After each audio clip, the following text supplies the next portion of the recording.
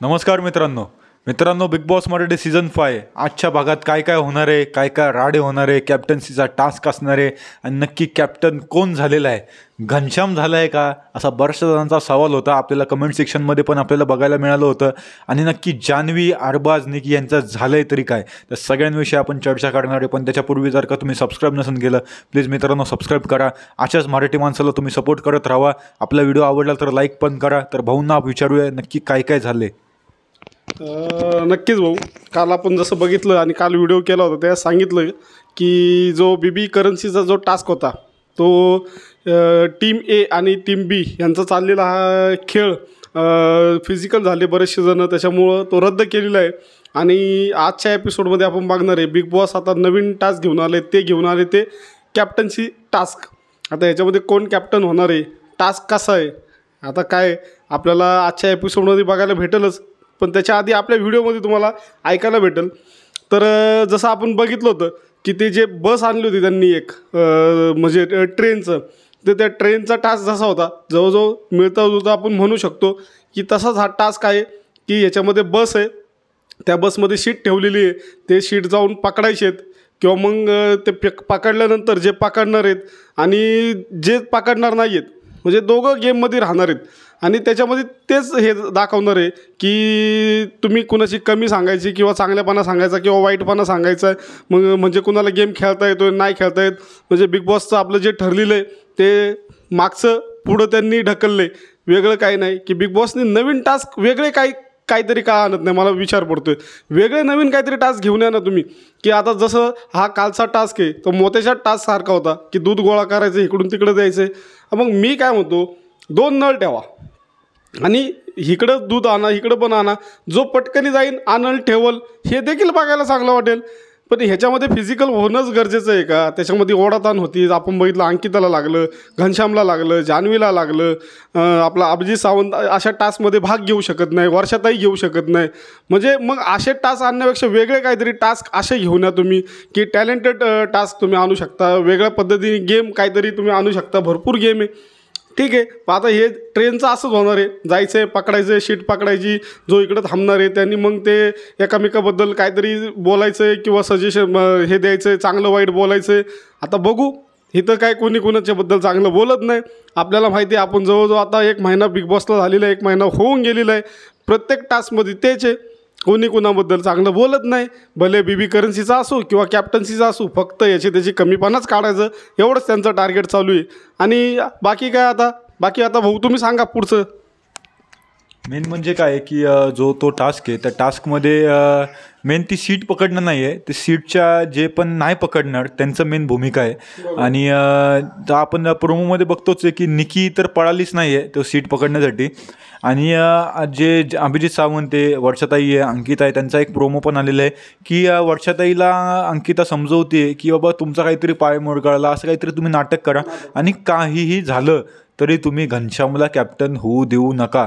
आपण प्रोमोमध्ये अजून एकदा बघितलं आहे की जसं घनश्यामला पटवून द्यायचं आहे, जे तिकीट कलेक्टर आहे म्हणजे त्यांना म्हणजे निकी होती, अरबाज होता आणि अभिजित सावंत होता आणि तिथं पॅडी दादा होते आणि घनश्याम होते, त्यांना समजून द्यायचं आहे की हे कसे नाही का पात्रतेचे आहेत कॅप्टन्सीचे कंटेंडरचे.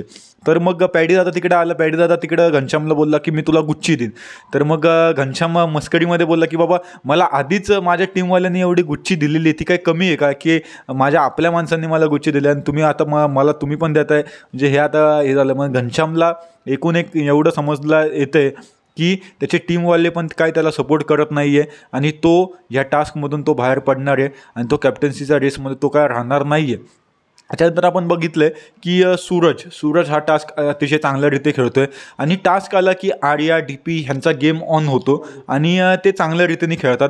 आणि DP दादांविषयी पण मला एक सांगायचं आहे की आजच्या भागात आपण बघणार आहे की DP दादा हे टीम बी पासून एक वेगळं खेळताना आपल्याला दिसणार आहे आणि थोडेसे लांब गेलेले आहेत. आणि अंकिता आणि वर्षाताई आणि अभिजित सावंत हा त्यांचा जो खेळ आहे तो त्यांना दाबण्याचा प्रयत्न करतोय असं त्यांना वाटते, म्हणून ते वेगळा खेळतात. आपण भाऊंना विचारूया की नक्की DP दादांचा गेम त्यांना कसा वाटतोय, ते जर का टीम बीच्या विरुद्ध जाऊन खेळले तर त्यांचा गेम सुधारेल का अजून डाऊन जाईल का वाटते?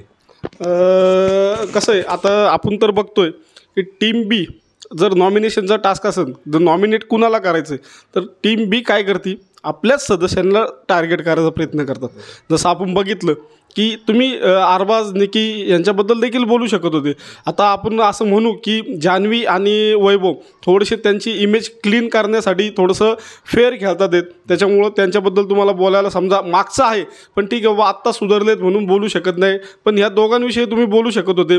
पण त्या दिवशी टार्गेट केलं घनश्यामला, आपल्या सूरजला, DP दादांना देखील बऱ्याच जणांनी टार्गेट केलं की DP दादांकडे, वर्षाताईंना वगैरे, की यांच्याकडे गेम नाही आहे, गेम नाही आहे म्हणून मला असं वाटतं की DP दादांनी थोडासा असा निर्णय घेतला असेल, माझ्याकडे जर गेम नाही आहे तर ठीक आहे मी तुमच्यापासून वेगळा पार्ट होतो, मी माझा गेम ऑन करतो। मला माहिती आहे की म्हणजे DP दादांना माहिती आहे की बाहेर मला जनता सपोर्ट करते आहे, माझा फॅन फॉलोईंग तगडा आहे आणि लोकांना माझ्याकडनं काय अपेक्षा आहेत हे मला असं वाटतं DP दादांना थोडंसं त्याच्यामध्ये कळू लागले।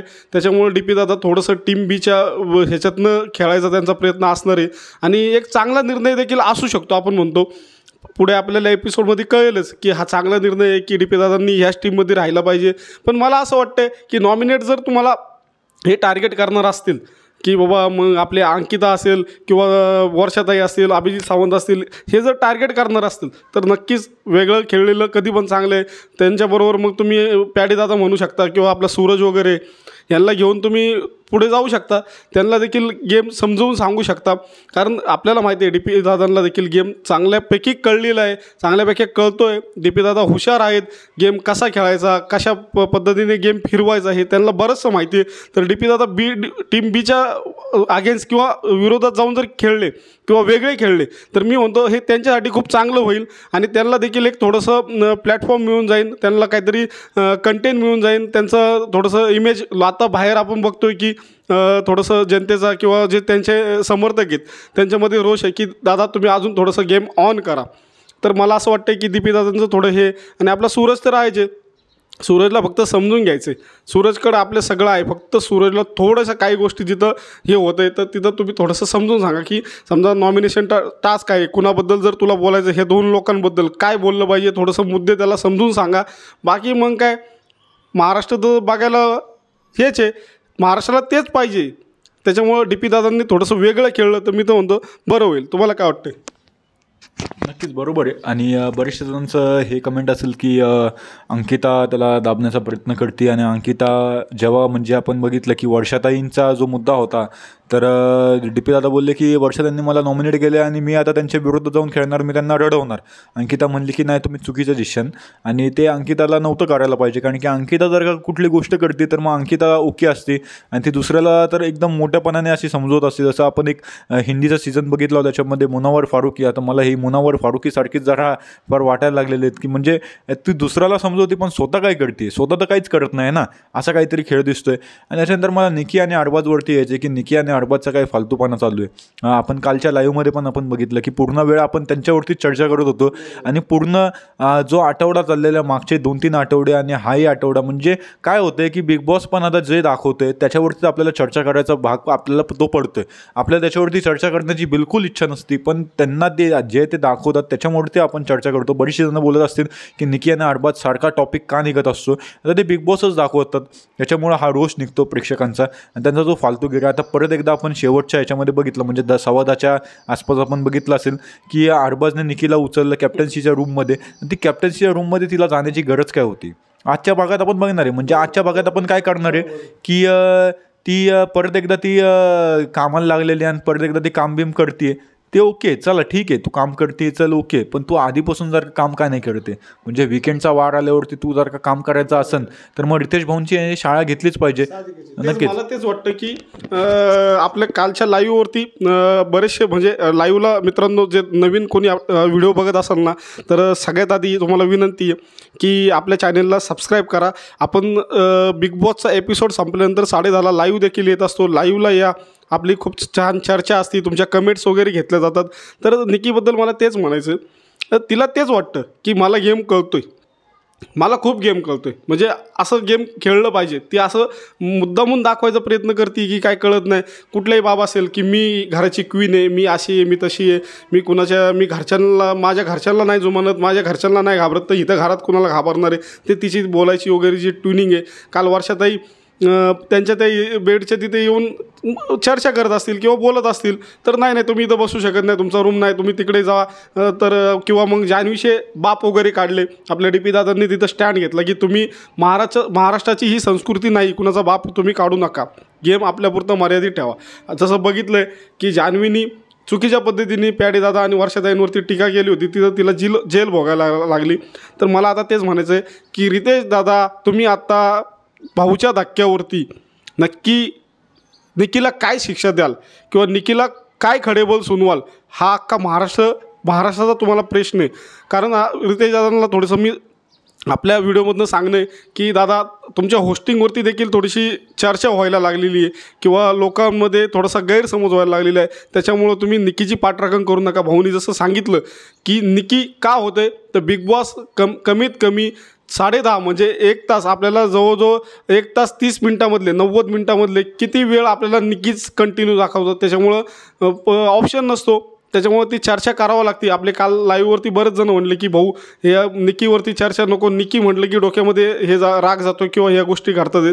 तर मला तेच म्हणायचं, निकी काय करते, फक्त मला गेम खूप कळतोय, मी म्हणजे काय, मला इथं बाकी कोणीच नाही माझ्यासमोर, तर हे सगळं हे असं तिचा एक गैरसमज झालेला आहे. ती एकदा मागे बोलली देखील की घरात कोणी माझे, आपण त्या मागच्या व्हिडिओमध्ये आणि लाईव्हमध्ये उल्लेख देखील केला की मग तुला जर तुझं बाहेर फॅन फॉलोईंग बघायचं असेल ना, तर आमचं सूरज चव्हाण घरामध्ये आता काय कल्ला घालतोय आणि काय धुडकूस घालतोय, तर कधी नॉमिनेट झाले 2च तुम्ही जर, आणि मी फक्त म्हणतो की भाऊच्या धक्क्यावरती हे स्पष्ट सांगावं की कुणाला किती टक्के वोटिंग पडले, निकीच्या पायाखालची जमीन हादरून जाईन. भाऊ, तुम्हाला काय वाटते?